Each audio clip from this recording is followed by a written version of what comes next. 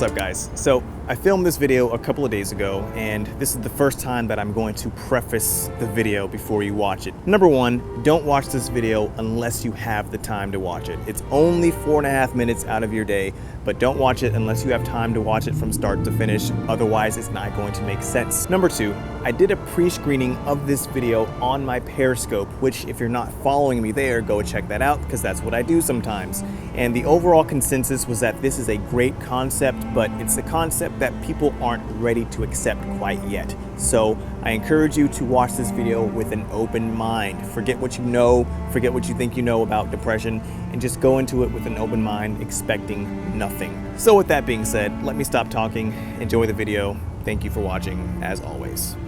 Peace.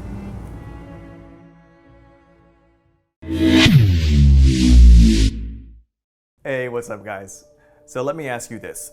Have you ever found yourself in a situation where you just completely misunderstood what was going on? Maybe it's as simple as having a conversation with someone where someone says something to you, you say something to them, and their response is something like, huh? And you're like, well, you just said this. And they're like, no, that's not what I said this. And then you're like, oh, that's what you meant. Maybe that's not the best example of a misunderstanding, but I'm sure you know what I mean. When you understand something, that understanding then produces a belief. You then start basing your thoughts and your actions off of that belief. But what if that original understanding or belief were misguided, or worse, just flat out wrong? The truth of the matter is that misunderstandings happen all the time, in big ways and in small ways. But the problem is when we act on those misunderstandings, that will send you down the wrong path, no matter which context you're talking about. So I'm sure that by now you're wondering, what does any of this misunderstanding business have to do with depression?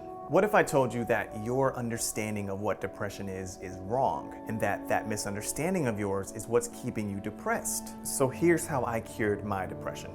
I cured my depression by changing what it was I understood about depression. Here's how most of us understand depression. We think that having a negative view of the world, a negative view of ourselves, and a negative view of the future are symptoms of depression. Like, I'm depressed, and because I am depressed, I'm experiencing these negative thoughts, these negative feelings about myself, my life, my world, and my future. But that is wrong. The truth of the matter is, depression is the symptom of negative thinking, a negative view of ourselves, a negative view of our future, and a negative view of the world. Depression does not cause negative thoughts, negative feelings, negative emotions more than negative thoughts, negative feelings, negative emotions cause depression. In fact, there's a study done and published on this in the British Journal of Clinical Psychology. So there's this thing called faulty prospecting. It's where you have a faulty view or anticipation of your future. So I know some of you might not know what that is. Let me put this into perspective for you. Having a positive view of what it is you want acts like a psychological magnet. It helps pull you towards that future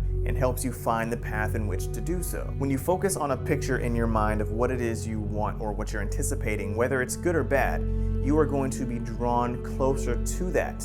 I mean, we've heard this talked about even in the law of attraction, but there is actually a science behind this. But here's where most depressed people find themselves. They either have no vision of the future or a negative vision of the future. That creates the feeling of being stuck.